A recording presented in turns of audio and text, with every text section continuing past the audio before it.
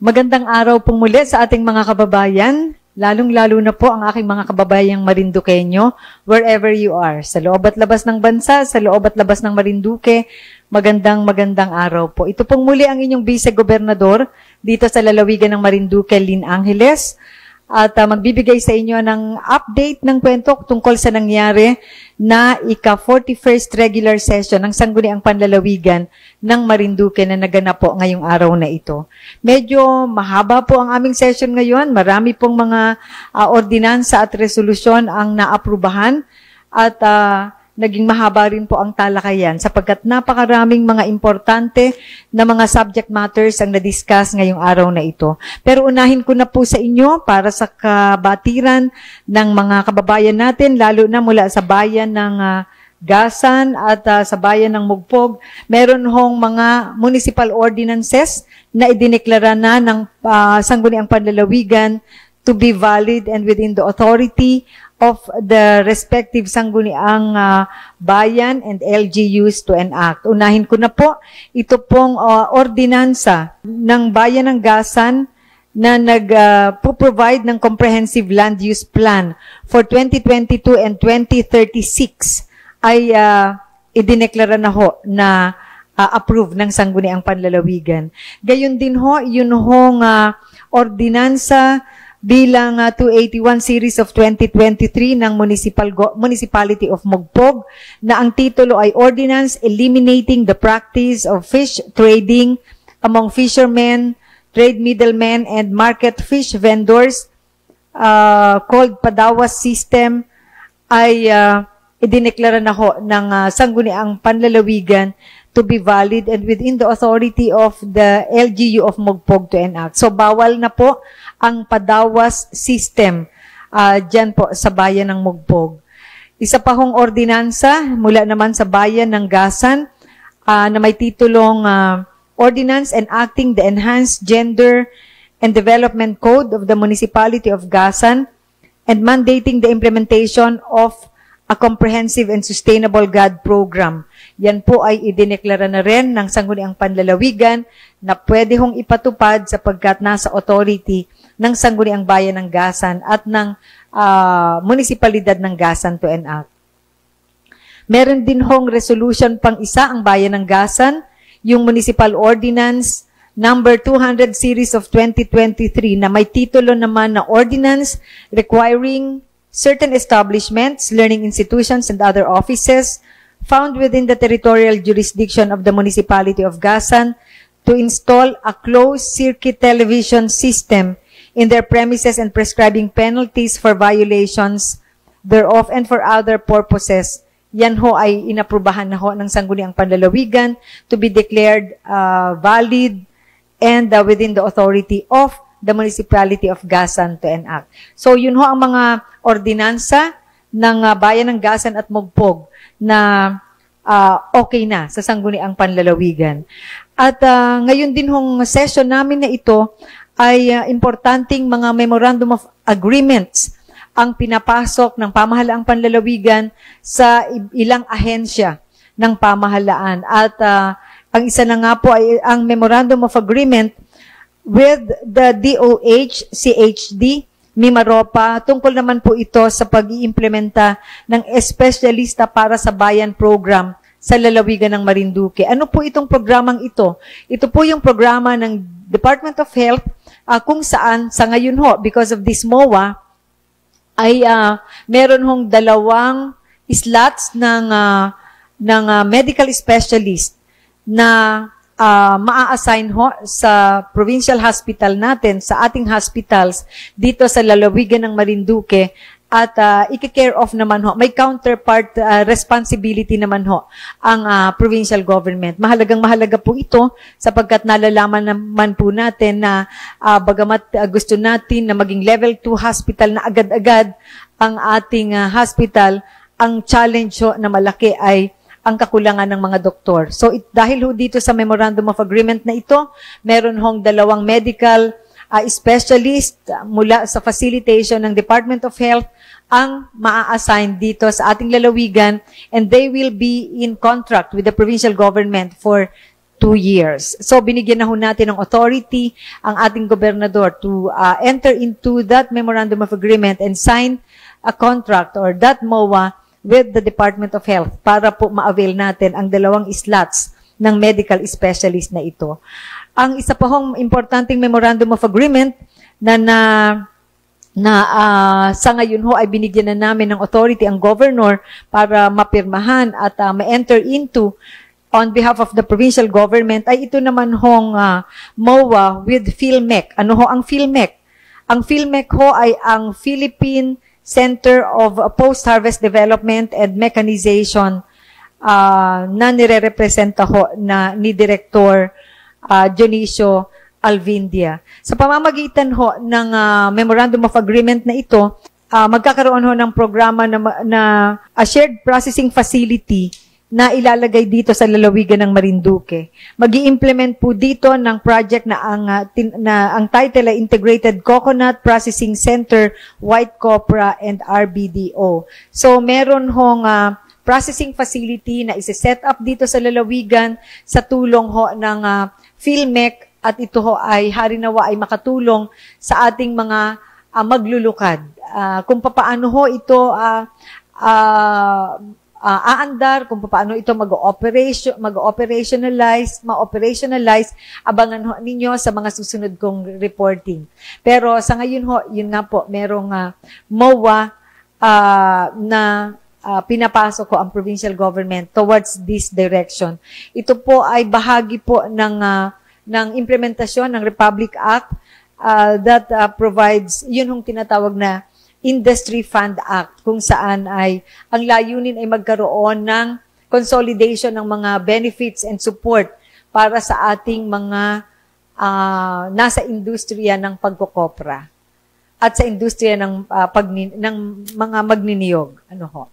Ang isa pa hong importanteng Memorandum of Agreement na pinapasok ngayon ng province at again, binigyan na po namin ng authority ang ating governor to enter into that Memorandum of Agreement ay ito naman pong with the Agricultural Training Institution Regional Training Center Mimaropa kung saan ay ito po ay sa Department of Agriculture naman kung saan ay meron hong itatransfer na funds in the amount of 1,200,000 pesos para sa operationalization ng Provincial Agriculture and Fisheries Extension System or yung tinatawag hong PAFES sa lalawigan ng Marinduque. So that's another blessing to the province, 1.2 million pesos that will be downloaded to the province of Marinduque.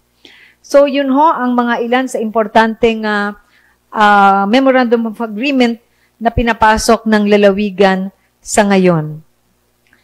Ang iba pa hong naaprobahang resolusyon matapos ang mahabang committee reporting at ang mahaba ring panahon ng pag-aaral ng committee ay ito hong resolution that authorized the governor to enter into to open a time deposit account in the amount of 9 million pesos with the Development Bank of the Philippines. Alam po ninyo, ang provincial government of Marinduque ay may naging pagkakautang sa DBP sa mga nagdaang taon pa ho ito, nagdaang administrasyon at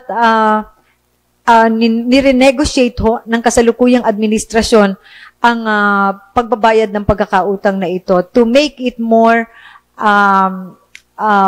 favorable to the province of Marinduque. At naging matagumpay naman ho na maibaba yung interest rate ng pagkakautang na yon sa DBP from around 6% plus to around 4% plus na lang po. Kaya, pero, ang isa ho sa naging condition ng DBP ay the province shall maintain 9 million time deposit account to the DBP, which we approved anyway because it is still favorable to the province. Another po ay sa ngayon ay pumapasok ho ang provincial government into investment and we authorize the governor to place a 100 million treasury bill with the Development Bank of the Philippines also for a period of 6 months. Based on the computation, medyo malaki ang kikitain ng provincial government of Marinduque in this initiative.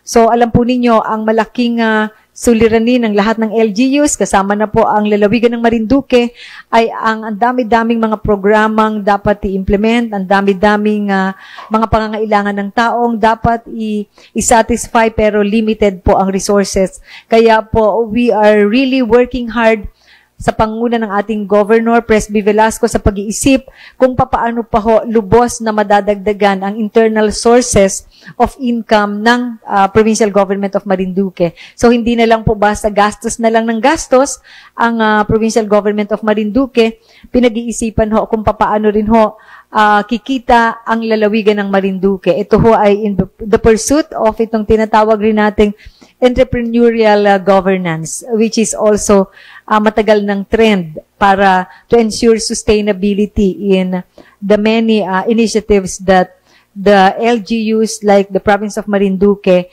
are pursuing. So another po na inaprobahang resolution ay ang pagbibigay ng authority sa ating gobernador to further negotiate with concerned government agencies, local government units, and other stakeholders for the creation of the Marinduque Special Economic Zone and Ino Kapayang Agro-Industrial Zone sa bayan ng Mogpog, Marinduque, as well as to apply with the PESA as well as CHESA and other concerned agencies of the government for the establishment of the same, and at the same time to designate interim principal officers subject to the concurrence of the Sangguniang Panlalawigan. At kaparehong resolution din po ito ay yung pagbibigay naman ng resolution para naman sa authority para ang ating gobernador ay makapag-negotiate with different government agencies, LGUs, and other stakeholders para naman po dito sa Marinduque Special Economic Zone and Balogo International Port na ninanais mailagay dyan sa bayan ng Santa Cruz sa atin pong lalawigan. And likewise, to apply also with PESA and CHES and other concerned government agencies for the establishment of the same and designate also interim principal officers subject to the concurrence of the Sangguniang Panlalawigan.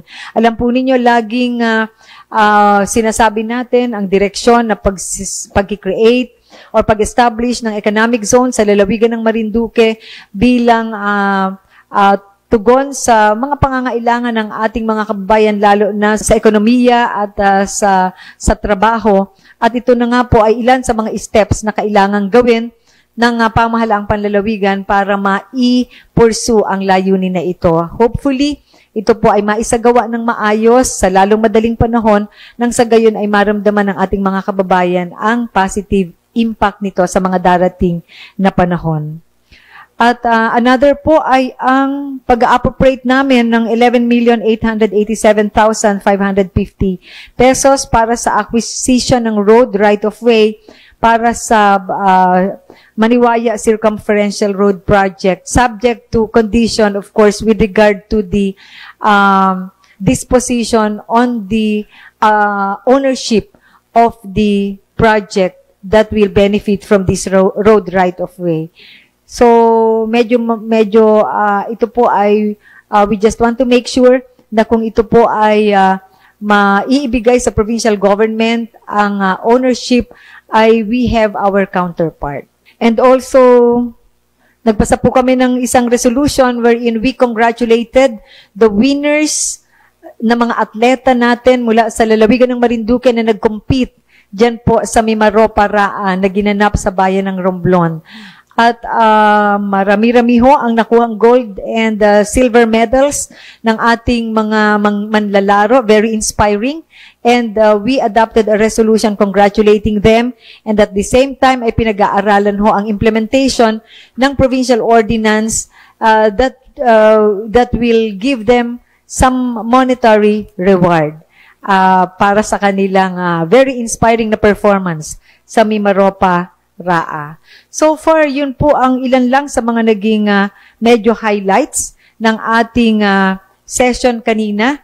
At sabi ko nga po, medyo mapagod sapagkat marami-rami po yun at hindi ho simple ang mga deliberasyon na ginanap at ginawa para po ang mga bagay pong ito ay maisulong. So yun lamang po, gayon din, malapit na ang June 12, Lunes ay June 12, atin pong i-commemorate ang Independence Day sa June 12. At gusto pong samantalahin ng inyong lingkod, ang inyong Vice Governor Lynn Angeles dito sa lalawigan ng Marinduque upang in advance ay batiin na ang ating mga kababayan at ang buong sambayan ng Pilipino sa isang makabuluhang pagdiriwang ng Araw ng Kalayaan. Lagi kong binabanggit na alam po ninyo, I am always nostalgic every time that we will celebrate Araw ng Kagitingan, Araw ng Kalayaan, kagaya nitong i-celebrate natin sa June 12. Because I am always reminded as a Filipino kung ano ang sinakripisyo ng mga nauna sa atin. Ang maraming buhay na nasakripisyo, ang maraming dugo na dumanak para ang kalayaan ay ating makamit bilang Pilipino. Kaya ang akin lang hong dalangin, sana ang kasalukuyang henerasyon, tayo, kasama na po kami, ay sana ay mabigyan namin ng malalim na kahulugan at mabigyan namin ng silbi, mabigyan natin lahat ng silbi ang mga sakripisyo na ginawa ng ating mga naunang bayani, ang mga naging bayani natin. So, maraming salamat po sa lahat ng mga Pilipino. In advance, maligayang araw ng kalayaan, makabuluhang pagdiriwang ng Araw ng Kalayaan. Muli po, ito po ang inyong Vice-Gobernador dito sa lalawigan ng Marinduque, Vice Governor Lynn Angeles, bumabati sa inyo ng isang magandang araw po.